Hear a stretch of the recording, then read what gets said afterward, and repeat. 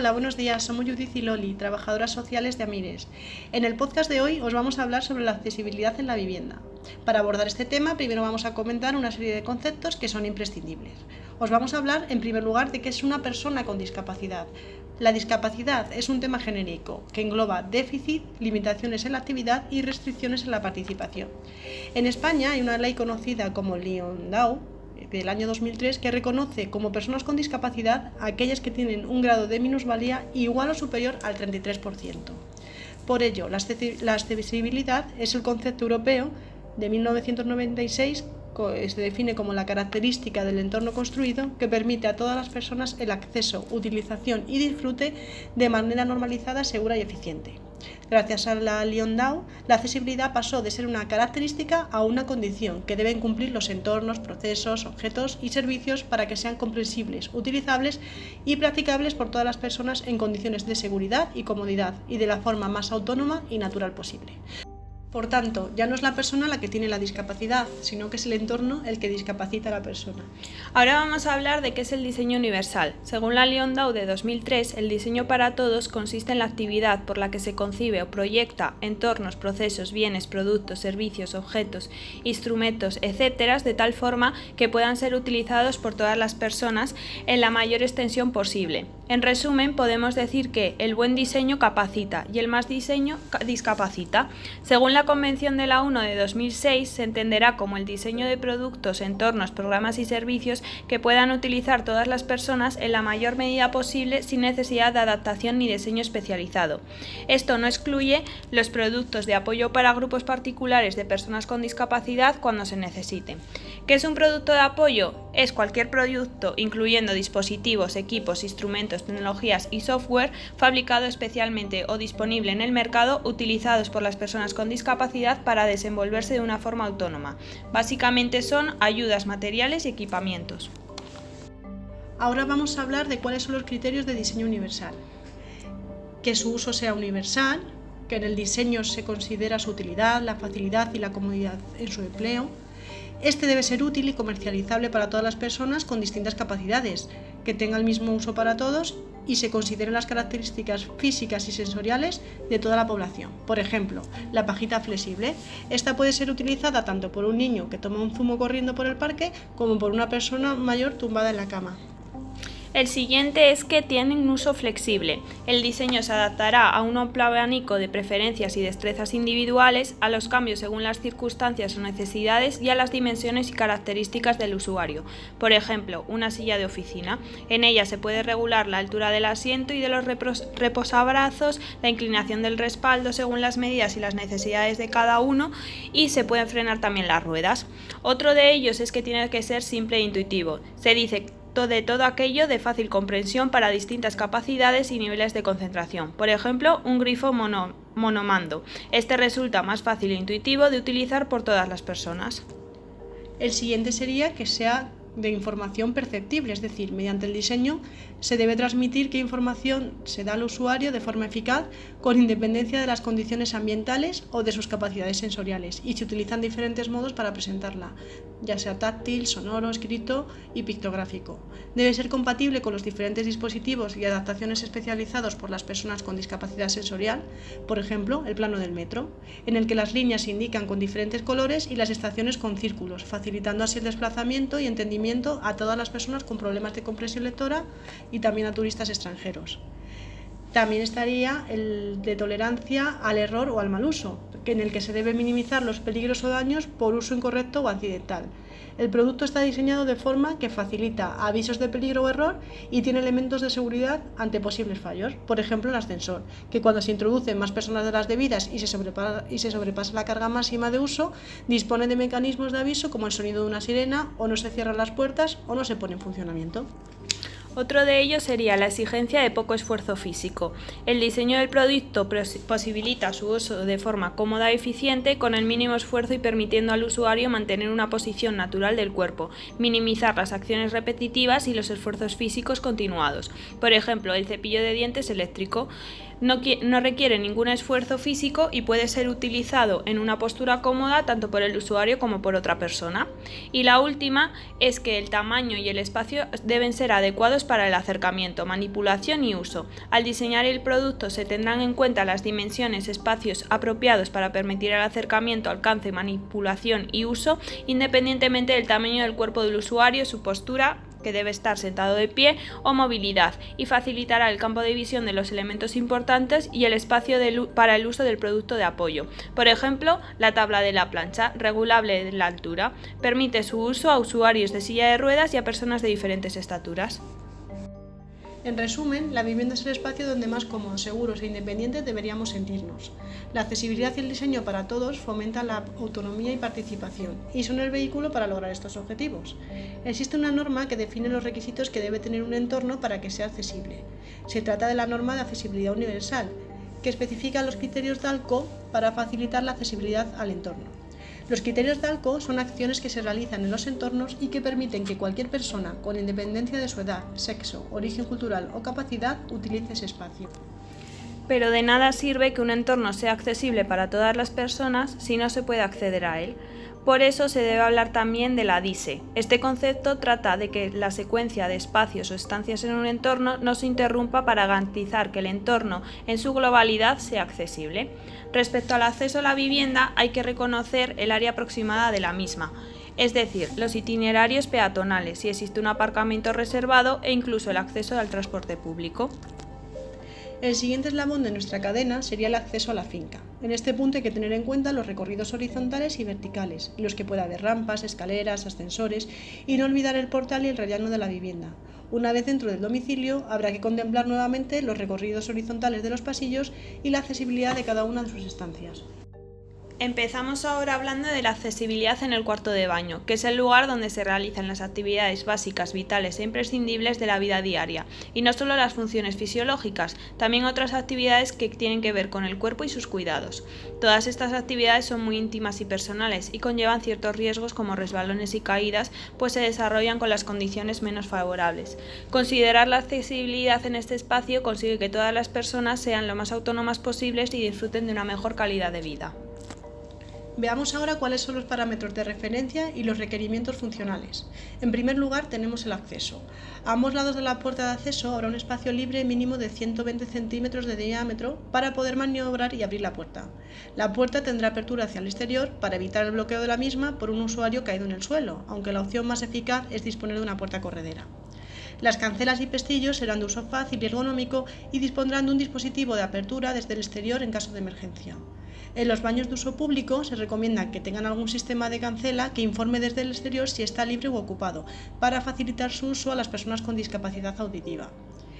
En segundo lugar estaría la movilidad interior. No tendrán grandes dimensiones con el fin de ubicarse mejor y tener todo más a mano, disponiendo los elementos sanitarios y accesorios adosados a la pared, de manera que dejen un espacio central suficiente para manejarse sin obstáculos. La tercera es la disposición y uso de los aparatos sanitarios. Generalmente es preferible disponer ducha que bañera, pues el acceso a este es más complicado, pero puede haber usuarios que la prefieran y se debe considerar. El lavabo necesita espacio de aproximación frontal, mientras que el inodoro y la ducha y la bañera necesitan espacio y medios auxiliares para realizar la transferencia a los mismos y utilizarlos. Para facilitar la descarga de la cisterna, esta se accionará mediante palanca o pulsador. No existirán elementos fijos que impidan el acceso a la zona de la ducha. En el caso de que se disponga de bañera, se dejará el espacio de aproximación para la transferencia a la misma y se valorará el tipo de banco o silla para realizar la ducha sentado. No se dispondrán de mamparas y se dejarán los bordes libres. La cuarta, el uso de equipamiento, accesorios y mecanismos. Todo equipamiento tendrá un diseño ergonómico, será comprensible y de fácil accionamiento y contrastará cromáticamente con el entorno. Los grifos constarán de termorregulación y serán monomandos con palanca, táctiles o de detención de presencia. En quinto lugar tendríamos la seguridad. Los materiales empleados serán fáciles de limpiar, resistentes al uso cotidiano, contrastarán cromáticamente con los sanitarios y resto del equipamiento y no provocarán reflejos que generen deslumbramientos. El pavimento de tipo C3 evitará resbalones tanto en seco como en mojado. La iluminación también es un aspecto clave en el diseño. Debe ser homogénea, indirecta, reforzar el nivel de iluminación en zonas puntuales y evitar cambios bruscos. Se recomienda la luz tipo LED y el uso de la cromoterapia. La garantía de seguridad se completa con la instalación de un sistema luminoso y acústico, de llamada de auxilio desde su interior, que deberá abarcar toda la superficie de la cabina, disponiendo sensores que detecten la caída y activen la alarma, bien a una baliza o con un mensaje al teléfono móvil.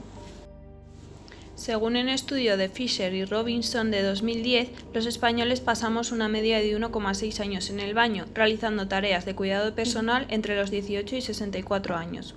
Uno de los recursos a tener en cuenta para adecuar nuestro cuarto de baño y cualquier entorno en general a las necesidades de toda la familia es la utilización de productos de apoyo. Los productos de apoyo incluyen cualquier producto especialmente diseñado o no para mantener o mejorar el desempeño y la independencia de la persona, facilitando su participación. Algunos ejemplos sencillos y cotidianos de productos de apoyo pueden ser las gafas, el mando a distancia de la televisión, etc.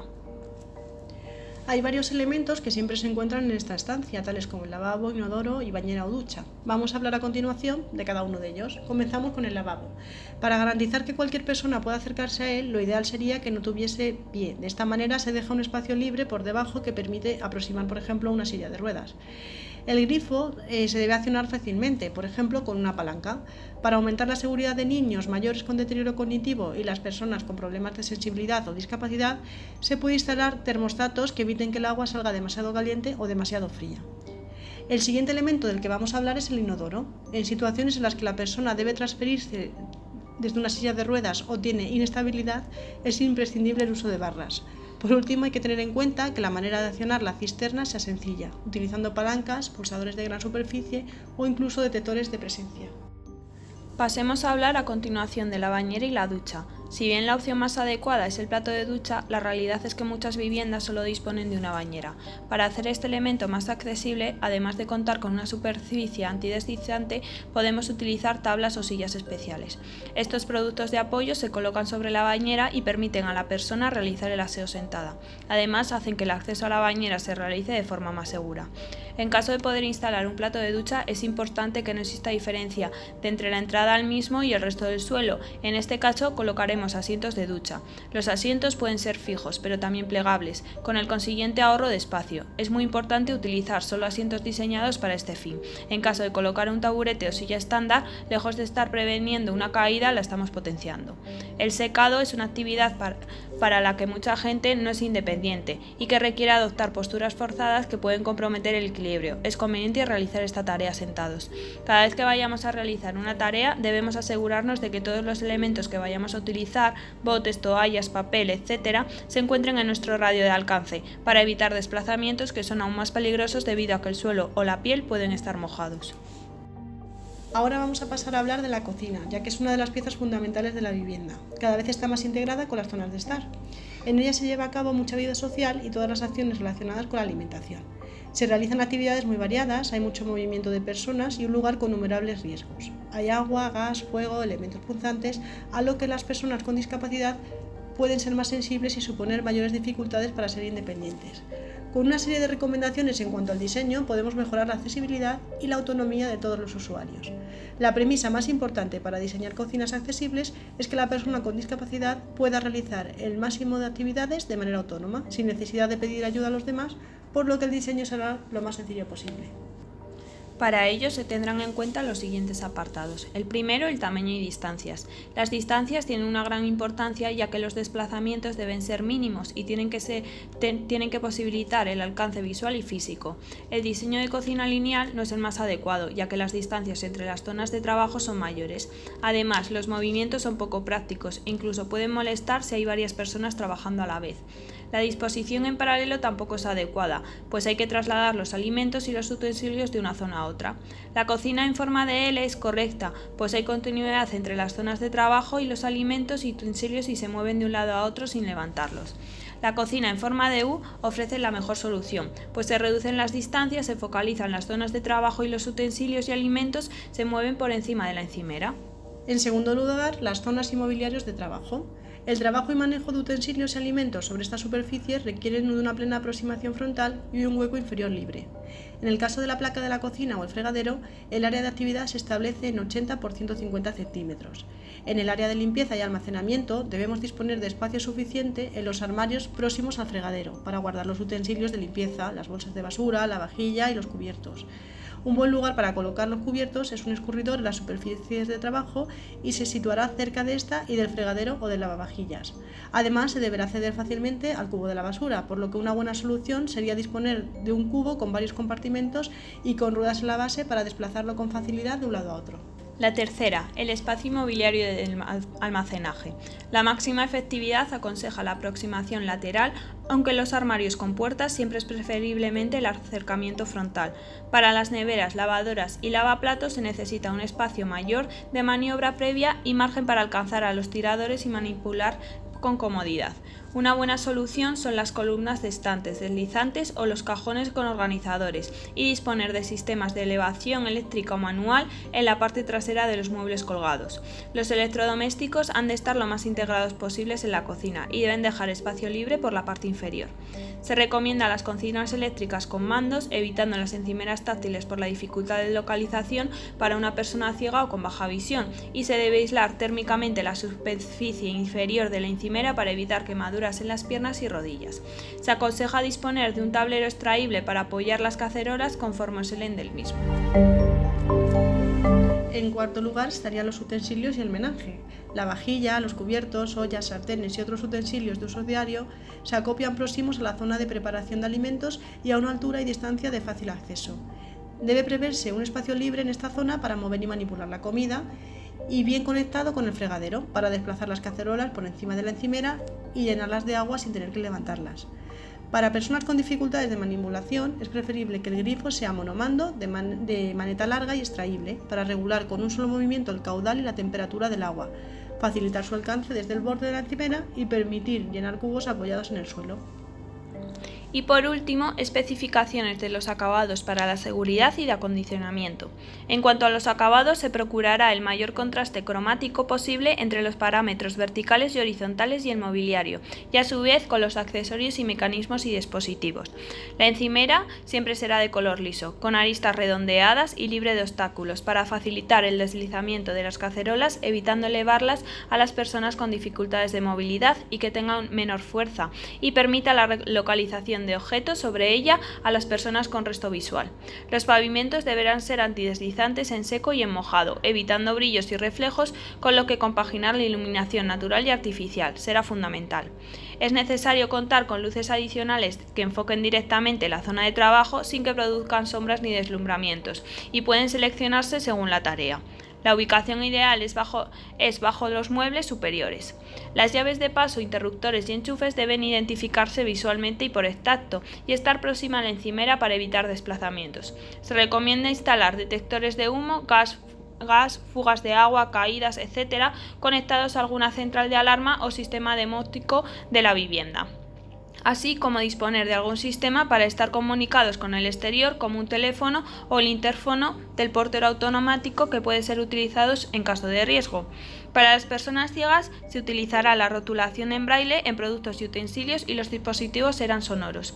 Una cocina con diseños accesibles, colocada y ordenada, segura y utilizable por todos los miembros de la familia, conseguirá que todos se sientan mucho más cómodos en su hogar. En cuanto al hall, este es un espacio que comunica el espacio exterior con el interior de la vivienda. Suele ser de pequeñas dimensiones, pero en él se realizan acciones importantes, como entrar y salir de la vivienda, guardar prendas de abrigo, de calzado, paraguas, dejamos las llaves o la correspondencia y además recibimos a las visitas. Por ello, además de ser un espacio interior y de paso, debe ser accesible, luminoso y acogedor. Se recomienda que el hall sea de tipo semiabierto, que no tengan puertas ni elementos divisorios y que configuren el espacio con la propia decoración. El salón comedor es la parte de la vivienda en donde más tiempo empleamos cuando estamos en casa o en casa de amigos o familiares. Tener en cuenta ciertas consideraciones es fundamental para conseguir un espacio confortable.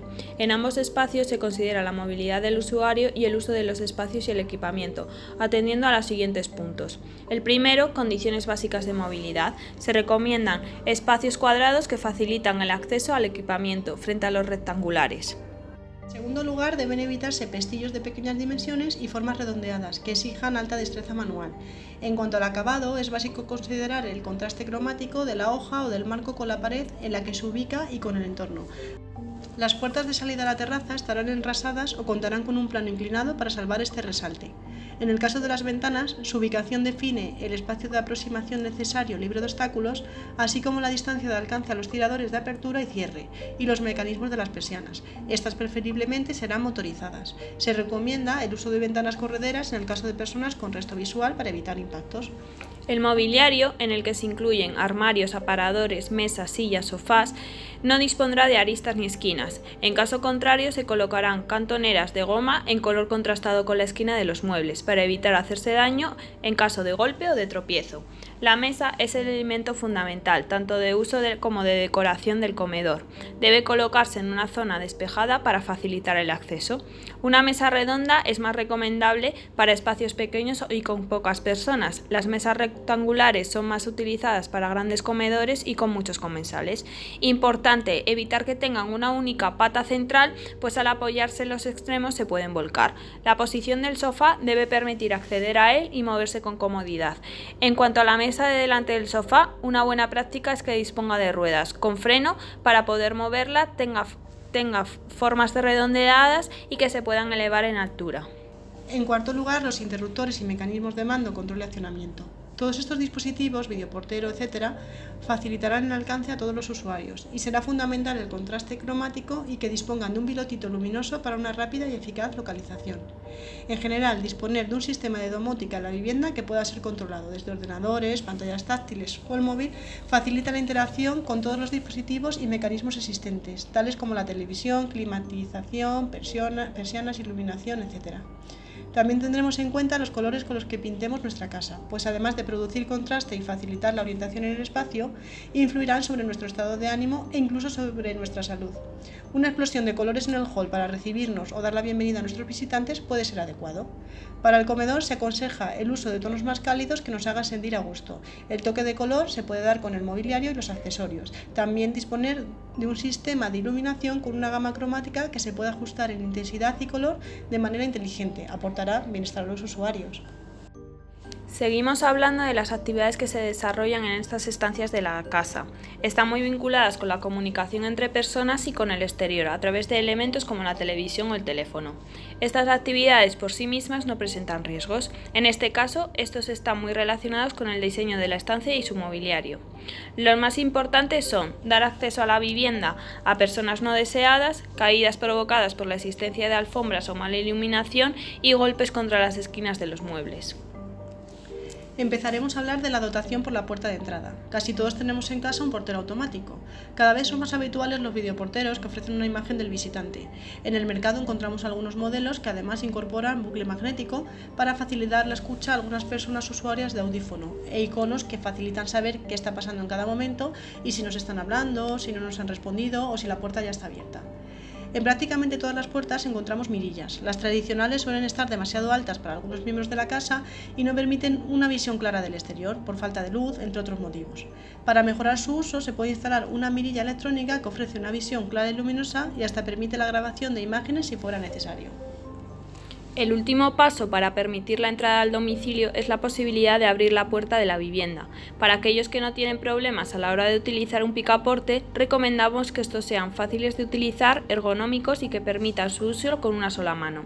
Son más accesibles los de tipo manivela que los pomos giratorios. Sin embargo, hay personas que tienen dificultades de manipulación y no pueden ser autónomos a la hora de abrir la puerta si no utilizan alguno de estos sistemas. El primero, apertura de puerta a través de un pulsador, como los botones para encender la luz, a través de un teclado para introducir un código o de un sensor biométrico con el dedo de la huella dactilar. Apertura a la puerta con un mando a distancia, como en el mando de un garaje. Apertura de puerta a través de una aplicación móvil y estos sistemas utilizan la domótica para que permita automatizar el entorno construido y facilitar así la participación de las personas. Una vez logramos abrir la puerta a nuestras visitas, es hora de ofrecerles un café en el comedor o cuarto de estar. Vamos a ver cómo facilitamos este entorno para todas las personas. El sofá de la casa es uno de los elementos más importantes de una vivienda. En él se sientan personas de diferentes edades y con diferentes capacidades. Ajustarse a todos ellos puede ser una tarea muy difícil. Además, muchos aprovechan esta pieza de mobiliario para disponer de una cama extra en la vivienda, pero todos sabemos lo complejo que puede resultar extraer las camas de los sofás.